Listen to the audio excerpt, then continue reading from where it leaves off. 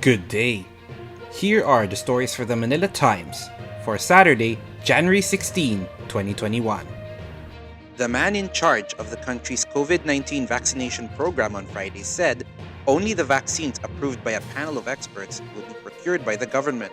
Appearing at the Senate hearing that is assessing the government's immunization strategy, Secretary Carlito Galvez Jr., the chief implementer of the program, dispelled insinuations that the government was playing favorites in choosing the vaccines to be acquired.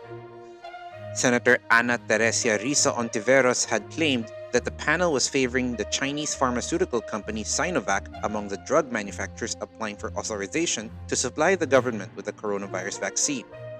Similar speculations about the seeming preference of the government for Sinovac were raised by Senators Panfilo Lacson, Juan Miguel Migs Zubiri, and Francis Kiko Pangilinan.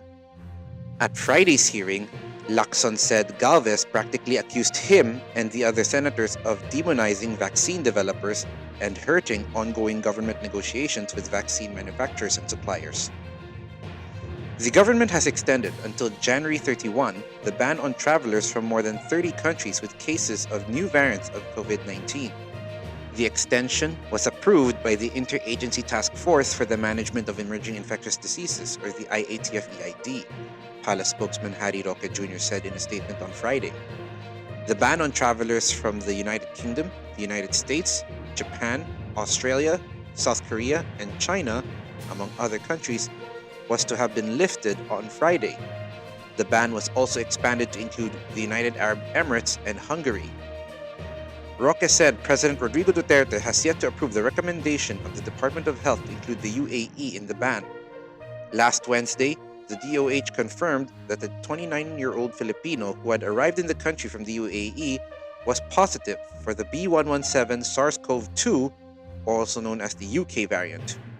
Roque said the task force also agreed to strengthen the government's contact tracing efforts to prevent the spread of new COVID-19 variants in the country. He said all identified close contacts of a COVID-19 patient must undergo 14-day quarantine.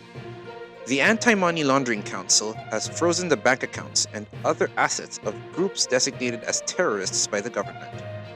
In a January 13th circular, Bangko Sentral ng Pilipinas Deputy Governor Chuchi Fonacher informed financial institutions under its supervision of the AMLC's order freezing the assets of the Communist Party of the Philippines and its armed wing, the New People's Army, after they were declared as terrorist groups by the Anti-Terrorism Council. The order also applies to groups in Southeast Asia affiliated with the Islamic State in Iraq and Syria, or ISIS.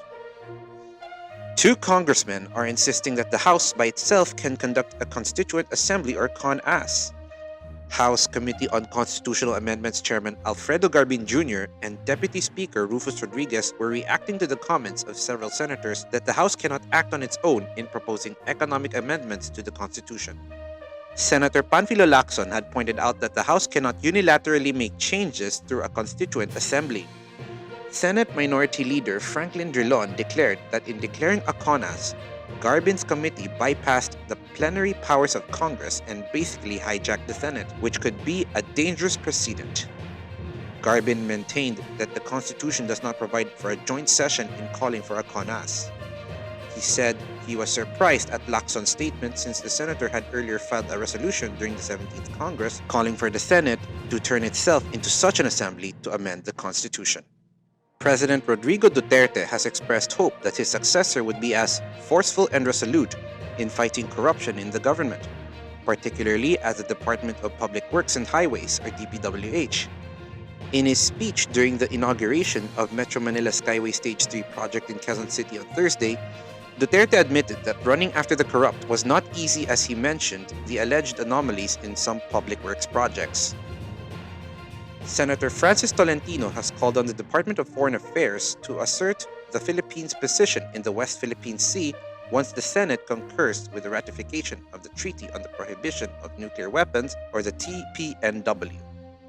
According to Tolentino, under the treaty, a state party has an obligation to, among others, declare whether there were any nuclear weapons or other nuclear explosive devices in its territory or in any place under its jurisdiction or control that are owned, possessed, or controlled by another state.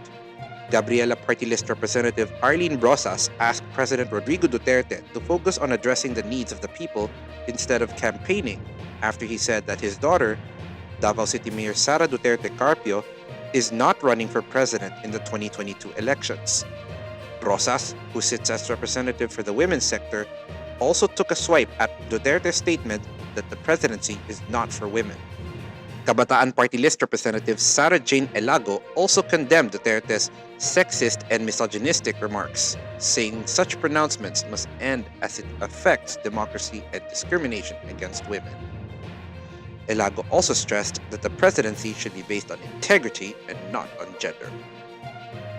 Monetary authorities have begun investigating East West Banking Corporation's missing deposit funds that were allegedly stolen by one of its managers. In a statement on Thursday night, the Bangko Sentral ng Pilipinas said it was looking into the reported unauthorized transactions relayed by some of the country's lawmakers and reported by the media. It did not disclose more details on the fund's disappearance despite East West's confirmation of the reports.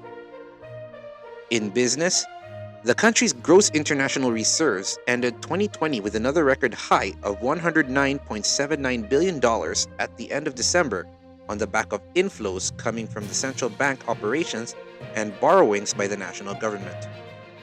Preliminary Bangko Sentral ng Pilipinas data showed on Friday that the amount was a 4.75% and 24.99% acceleration from those posted a month and a year ago, respectively. The figure also breached the earlier all-time high level of $104.81 billion in November, as well as the BSP-adjusted official $105 billion estimate for 2020.